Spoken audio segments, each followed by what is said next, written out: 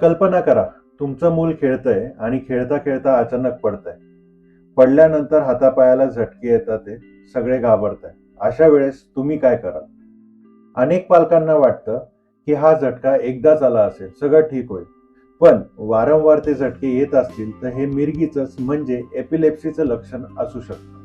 सीजर्समध्ये हातापायाला झटकेच येतात असं नाही. अचानक शुद्ध हरपणे, डोळे वर फिरणे, एकटक बघत राहणे, होठ चावणे किंवा चाळत राहणे हे सुद्धा एपिलेप्सीचे लक्षणं असू शकतात.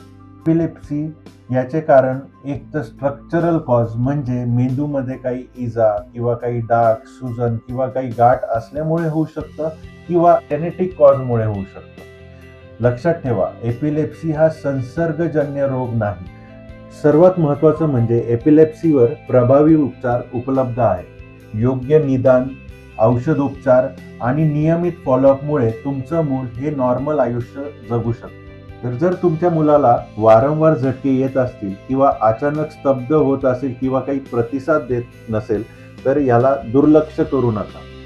कारण वेळेवर निदान आणि योग्य उपचार हे तुमच्या मुलाचं भविष्य बदलू शकतं. धन्यवाद.